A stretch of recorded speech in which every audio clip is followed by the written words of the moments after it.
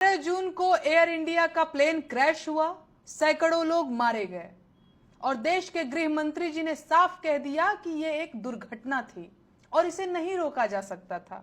बात खत्म, पैसा हजम। सही बात है, हादसे नहीं रोके जा सकते, मणिपुर नहीं बच सकता, पहलगाम हमला नहीं रोका जा सकता, भगदड़ नहीं रुक सकती, सिर्फ विधायक खरीदे जा सकते हैं, सरकार गिराई जा सकती है, ईवीएम हैक की जा सकती है, चुनावी रैली की जा सकती है और सिंदूर बांटा जा सकता है ना? आखिर सरकार का काम क्या है भाई? दंगे नहीं रुक सकते, आतंकवादी पकड़ नहीं सकते, शिक्षा व्यवस्था तबाह है, स्वास्थ्य सुविधाओं से मतलब ही नहीं है, बेरोजगारी रिकॉर्ड तोड़ रही है, महंगाई कमर तोड़ रही है, रुपया धूल चाट रहा है, बेरोजगार धूल फांक रहा है। फिर सरकार का काम क्या है? अमेरिका से ऑर्डर लेना, या आईपीएल क्रिकेट करवाना, या सट्टेबाजी करवाकर देश भर को जुआरी बनाना? आखिर काम क्या है सरकार का?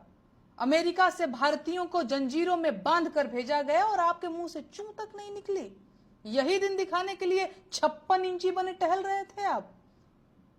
कभी हम चीन से आगे निकलने की होड़ में थे, अमेरिका को तपाक से जवाब दे दिया करते थे।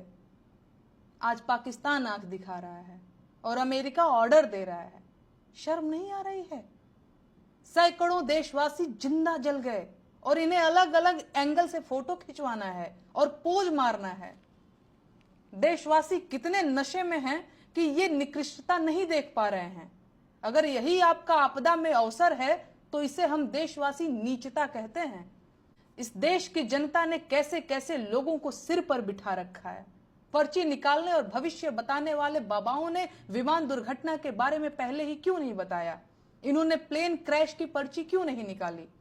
महाकुंभ की महाभगदड़ की पर्ची भी नहीं निकाली थी, बालासोर ट्रेन दुर्घटना की पर्ची भी नहीं निकाली थी और पहलगाम हमले की भी पर्ची नहीं निकाली थी। देश में करोड़ों लोग इन्हें चमत्कारी बाबा मानते हैं और ये प्रधानमंत्री जी के भी प्रिय हैं। देश का मीडिया इनके मुंह में माइक ठूंस कर सवाल कब पूछेगा? दुर्घटनाग्रस्त विमान एयर इंडिया का था और एयर इंडिया कुछ साल पहले टाटा ग्रुप को बेचा जा चुका है। अहमदाबाद एयरपोर्ट के संचालन और प्रबंधन की जिम्मेदारी पिछले कुछ सालों से अडानी ग्रुप के पास है। ऐसे में इस दुर्घटना की ईमानदार जांच की उम्मीद करने वालों के लिए मेरे मन में सिर्फ दुख है। एयर इंडिया विमान दुर्घटना एक्ट ऑफ फ्रॉड है, जिसे एक्ट ऑफ गॉड बता दिया गया और सारे पत्रकार 250 जले इंसानों को छोड़कर एक जलने से बची किताब के इर्द गिर्द रिपोर्टिंग करते रहे। और अब तमाम लोग मेरी संवेदनशीलता पर सवाल उठा रहे हैं और फिर से वही राग अलाप रहे हैं कि चुप रहो, देश संकट में है, अभी चुप रहो। जबकि सच ये है कि जब से ये लोग सत्ता में आए हैं, देश तभी से संकट में ही है। प्लेन क्रैश का सवाल पूछने पर मेरी संवेदनशीलता पर सवाल उठाने वाले भाजपाई मेरे उस प्लेन में न होने का दुख व्यक्त कर रहे हैं। कह रहे हैं कि काश मैं भी उसी प्लेन में होती। विपक्ष के नेताओं के लिए भी उनके मन में यही भाव है। संवेदनशीलता का ऐसा ढोंग सबके वश की बात नहीं है। संवेदनशीलता चेक करनी हो तो जाकर सरकार और मोदी जी की संवेदनशीलता चेक कीजिए, जो पहलगाम हमले के तुरंत बाद बिहार में रैली करने चले गए थे। तो मेरा मुंह मत खुलवाइए। ये आपके चुप रहने का ही परिणाम है कि सरकार ने लोगों को भगवान भरोसे छोड़ दिया है। जाइए पकड़िए कॉलर सरकार का और हिसाब मांगिए।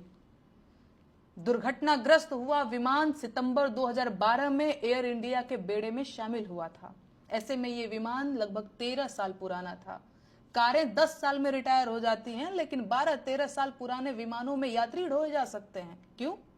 क्योंकि सरकार के लिए यात्रियों की जान से ज्यादा मुनाफा प्यारा है। जब तक मौतें नहीं होती, सरकार की नींद नहीं खुलती है। खराब विमानों में यात्री ढोए जा रहे हैं और सरकार चुनाव लड़ रही है। यात्रियों की सुरक्षा की जिम्मेदारी अंतिम रूप से सरकार की ही होती है, तो विमान दुर्घटना के लिए सरकार ही जिम्मेदार है। देश के साथ हुई सबसे बड़ी दुर्घटना भाजपा का सत्ता में आना है। बाकी सारी दुर्घटनाएं इसी का परिणाम है। एयर इंडिया टाटा को दे दिया और अहमदाबाद एयरपोर्ट अडानी को दे दिया। अब देश को इस्तीफा भी दे दीजिए।